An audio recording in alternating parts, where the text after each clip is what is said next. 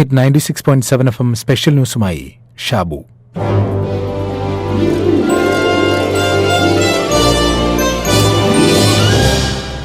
വീട്ടിലേക്കെന്ന് പോകുന്നു ചോദിക്കുന്നു കൂട്ടുകാർ. ഒരുപക്ഷെ പ്രവാസികളായ മനുഷ്യരെല്ലാം ആയുസ്സിൽ ഏറ്റവും കൂടുതൽ അഭിമുഖീകരിച്ച ചോദ്യങ്ങളിലൊന്നാവും ഇത്. ഡി വിനയചന്ദ്രൻ മാഷ് എഴുതിയ വീട്ടിലേക്കുള്ള വഴി എന്ന കവിത തുടങ്ങുന്നതും ഇതേ വരിയിൽ തന്നെയാണ്. വീട്ടിലേക്കെന്ന് പോകുന്നു ചോദിക്കുന്നു കൂട്ടുകാർ, കൂട്ടുകിടക്കുന്ന പുസ്തകക്കൂട്ടങ്ങൾ, ഇത്തിരി മുറ്റത്ത് ഞാൻ നട്ടുനോറ്റ് പൂവിട്ട തൈമുല്ല. വീട്ടിലേക്കെന്ന് പോകുന്നു ചോദിക്കുന്നു കൂട്ടുകാർ, കൂട്ടുകിടക്കുന്ന പുസ്തകക്കൂട്ടങ്ങൾ, ഇത്തിരി മുറ്റത്തു ഞാൻ നട്ടുനോറ്റു പൂവിട്ട തൈമുല്ല.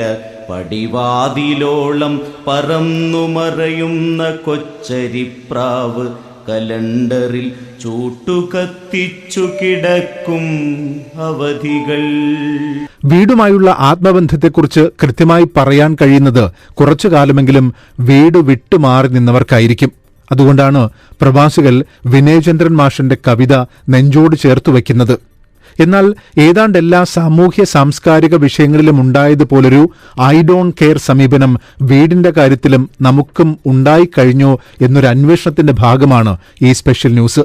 പ്രത്യേകിച്ചും പുതുതലമുറയുടെ കാര്യത്തിൽ ഈ വർഷത്തെ ബജറ്റിൽ ധനമന്ത്രി കെ എൻ ബാലഗോപാൽ മുന്നോട്ടുവച്ച ഒരാശയം കെ ഹോംസ് എന്നതായിരുന്നു. സംസ്ഥാനത്ത് ആൾതാമസമില്ലാതെ കിടക്കുന്ന വീടുകളുടെ സാധ്യതകൾ മനസ്സിലാക്കി ടൂറിസത്തിനായി നടപ്പാക്കാൻ പോകുന്ന പുതിയ സംരംഭം എന്ന മട്ടിലാണ് കെ ഹോംസ് മന്ത്രി അവതരിപ്പിച്ചത്.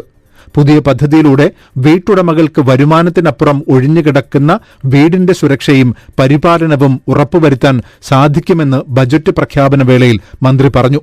ഫോർട്ട് കൊച്ചി, കുമരകം, കോവളം തുടങ്ങിയ വിനോദസഞ്ചാര മേഖലകളുടെ 10 കിലോമീറ്റർ ചുറ്റളവിലാണ് പരീക്ഷണാടിസ്ഥാനത്തിൽ പദ്ധതി നടപ്പാക്കുക എന്നും ബജറ്റ് പ്രസംഗത്തിൽ പറഞ്ഞു. എന്നാൽ ഈ പ്രദേശങ്ങളിൽ മാത്രമല്ല ആൾതാമസമില്ലാത്ത വീടുകളുള്ളത് എന്നോർക്കുക. കുറച്ചു വർഷം മുമ്പുള്ള കണക്ക് പ്രകാരം 13 ലക്ഷത്തിലധികം വീടുകൾ ആൾതാമസമില്ലാതെ നമ്മുടെ സംസ്ഥാനത്ത് അടഞ്ഞുകിടക്കുകയാണ്. ഇപ്പോൾ അതിലും കൂടുതലായിരിക്കും. അതായത് ഇടത്തരം വീടുകൾ മുതൽ വമ്പൻ വീടുകൾ വരെ. ശരാശരി മലയാളിയുടെ വലിയ സ്വപ്നം തന്നെയായിരുന്നു നാട്ടിലൊരു വീട്. ശരാശരി മധ്യവർഗ മലയാളി വീട് വയ്ക്കുന്നത് 30കളുടെ മധ്യത്തിലായിരിക്കും. പിന്നീട് ദീർഘവർഷങ്ങൾ മാസവരുമാനത്തിൽ നല്ലൊരു തുക ഭവന വായ്പയുടെ അടവിലേക്ക് പോകും. ആവശ്യങ്ങൾക്ക് പോലും പലപ്പോഴും കയ്യിൽ കാശില്ലാത്ത അവസ്ഥയുണ്ടാകും. പലരുടെയും ഇത്തരം അനുഭവങ്ങൾ കാണുന്നതുകൊണ്ടാകാം പുതുതലമുറ പതിയെ മാറി ചിന്തിച്ച് തുടങ്ങിയിട്ടുണ്ട്. സമ്പാദ്യത്തിൽ വലിയ പങ്ക് മുടക്കി വീടൊക്കെ വെച്ച് നാട്ടിൽ സെറ്റിൽ ചെയ്യാമെന്ന് വിചാരിച്ചവർ പുനർവിചിന്തനം നടത്തുന്നു എന്നൊരു ആർട്ടിക്കിൾ ഇന്ന് മനോരമ ഓൺലൈനിൽ പ്രസിദ്ധീകരിച്ചിട്ടുണ്ട്. മെച്ചപ്പെട്ട തൊഴിലവസരങ്ങളും ജീവിത നിലവാരവും മക്കൾക്ക് വിദ്യാഭ്യാസ അവസരങ്ങളും നഗരങ്ങളിലായതുകൊണ്ട് അവിടേക്ക് കുടുംബമായി ചേക്കേറുന്ന ട്രെൻഡുമുണ്ട്. തന്മൂലം ഗ്രാമങ്ങളിലെ പല വീടുകളിലും പ്രായമായ മാതാപിതാക്കൾ മാത്രമാകും, അല്ലെങ്കിൽ പൂട്ടിയിട്ടിരിക്കുകയായിരിക്കും. പറമ്പ് ഇടയ്ക്കിടയ്ക്ക് പുല്ലുചെത്ത് വൃത്തിയാക്കണം, വീട് തൂത്ത് തുടച്ചിടണം എന്നതൊക്കെ തലവേദനയാണ്. തന്മൂലം പലർക്കും നാട്ടിലെ വീടും പറമ്പും ഒരു ബാധ്യതയാകുന്നു. മാതാപിതാക്കളുടെ കാലം കഴിയുമ്പോൾ നാട്ടിലെ വീടും പറമ്പും വിറ്റ് ആ കാശുകൊണ്ട് നഗരത്തിൽ ഒരു ഫ്ളാറ്റ് മേടിച്ച് ചേക്കേറാനാണ് പ്ലാൻ. ഇപ്പോൾ ആ നാട്ടിലെ വീടും പറമ്പും വിറ്റ് വിദേശത്ത് വീട് വാങ്ങി താമസിക്കുന്നവരുടെ എണ്ണവും കൂടുന്നുണ്ട്. അതായത് ഗ്രാമങ്ങളിൽ ഇപ്പോൾ വീടും സ്ഥലവും വിൽപ്പനയ്ക്കെന്ന ബോർഡുകൾ കൂണുകൾ പോലെ പൊട്ടിമുളച്ചിട്ടുണ്ട്. നാട്ടിൽ കുടുംബ വീടിനോട് ചേർന്ന് ലക്ഷങ്ങൾ മുടക്കി വച്ച വീടും സ്ഥലവും വിൽപ്പനയ്ക്ക് വച്ചവരുണ്ട്. വീട് വയ്ക്കുമ്പോൾ മക്കൾ ഇടയ്ക്കിടയ്ക്ക് നാട്ടിലെത്തും എന്ന ചിന്തയായിരുന്നു. പക്ഷേ ട്രെൻഡ് പെട്ടെന്ന് മാറി. നിശ്ചിത ഇടവേളകളിൽ നാട്ടിലെത്തുന്ന ടിക്കറ്റ് കാശിന് കുടുംബസമേതം ഏതെങ്കിലും വിദേശ രാജ്യങ്ങൾ സന്ദർശിക്കുന്നതാണ് പുതിയ ട്രെൻഡ്. അതുമല്ലെങ്കിൽ മക്കൾ ഏതെങ്കിലും പാശ്ചാത്യ രാജ്യത്ത് കുടിയേറാൻ ശ്രമിക്കുന്നവരോ കുടിയേറിയവരോ ആകാം. അവരോ അവരുടെ മക്കളോ നാട്ടിലേക്ക് തിരികെ വരുന്ന പ്രശ്നമില്ല. ചുരുക്കത്തിൽ വയസ്സാം കാലത്ത് അടഞ്ഞുകിടക്കുന്ന വീട് നോക്കി നടത്തേണ്ടത് മാതാപിതാക്കളുടെ ബാധ്യതയാകുന്നു. മറ്റ് മേച്ചൽപ്പുറങ്ങൾ തേടി മലയാളി സഞ്ചരിക്കാൻ തുടങ്ങിയിരിക്കുന്നു. കുടിയേറുന്ന പ്രായവും ഇപ്പോൾ ഏറിയിട്ടുണ്ട്. നേരത്തെ 25-30 വയസ്സായിരുന്നെങ്കിൽ ഇപ്പോൾ അത് 40 വയസ്സുവരെ ആകുന്നുണ്ട്.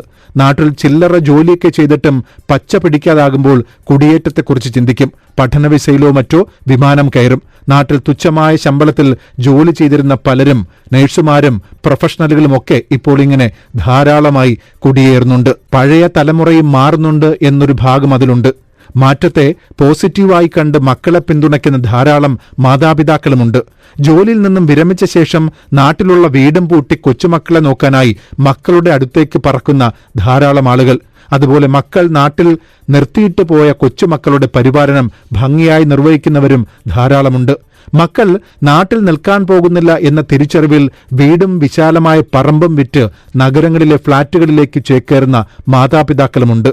സ്വസ്ഥ ജീവിതം, പരിപാലന സുഖം, വിശ്രമ ജീവിതത്തിനും ചികിത്സയ്ക്കുമുള്ള എളുപ്പം തുടങ്ങിയവ കാരണങ്ങളാണ്. മലയാളിയുടെ ജീവിതം അടിമുടി മാറ്റങ്ങൾക്ക് വിധേയമായിക്കൊണ്ടിരിക്കുന്നു എന്ന് ഈ ആർട്ടിക്കിൾ പറയുന്നു. ഒരേ സമയം വ്യത്യസ്ത ട്രെൻഡുകളുടെ സർവകലാശാലയാണ് ഇപ്പോൾ കേരളം.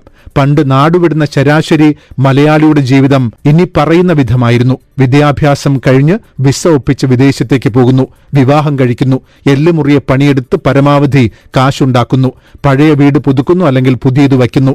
മക്കൾ കോളേജിലോ വിവാഹപ്രായമോ ആകുമ്പോൾ പ്രവാസം മതിയാക്കി നാട്ടിൽ തിരിച്ചെത്തുന്നു. അപ്പോഴേക്കും അവരുടെ മാതാപിതാക്കൾക്ക് പ്രായമായിട്ടുണ്ടാകും. പിന്നെ എന്തെങ്കിലും സംരംഭം തുടങ്ങുന്നു. ഇതിനോടകം മക്കൾ കരപറ്റിയെങ്കിൽ വിശ്രമജീവിതം നയിക്കുന്നു. ആ തലമുറ അവസാനിക്കുകയാണ് എന്ന ആർട്ടിക്കിൾ. വിനയചന്ദ്രൻ മാഷിന്റെ കവിതയിലെ നെഞ്ചുലയ്ക്കുന്ന ഒരു ഭാഗം ഇങ്ങനെയാണ്: അമ്മയില്ലാത്തവർക്കേതു വീട്, ഇല്ല വീട് എങ്ങെങ്ങുമേ വീട്. അമ്മയുടെ വേർപാടോടെ അല്ലെങ്കിൽ രക്ഷിതാക്കളുടെ വേർപാടോടെ വീടിനോടുള്ള വൈകാരിക അടുപ്പം ഇല്ലാതായി എന്ന് സാക്ഷ്യം പറഞ്ഞവർ എത്രയോ ഉണ്ട്. അതുകൊണ്ട് ഈ സ്പെഷ്യൽ ന്യൂസ് അവസാനിക്കുന്നില്ല. ഇതൊരു അന്വേഷണത്തിന്റെ ഭാഗമാണ്. എന്താണ് നിങ്ങളെ സംബന്ധിച്ച് വീട്? വീട്ടിലേക്കല്ലോ വിളിക്കുന്നു തുമ്പയും കാട്ടുകിളിയും കടത്തുവള്ളങ്ങളും.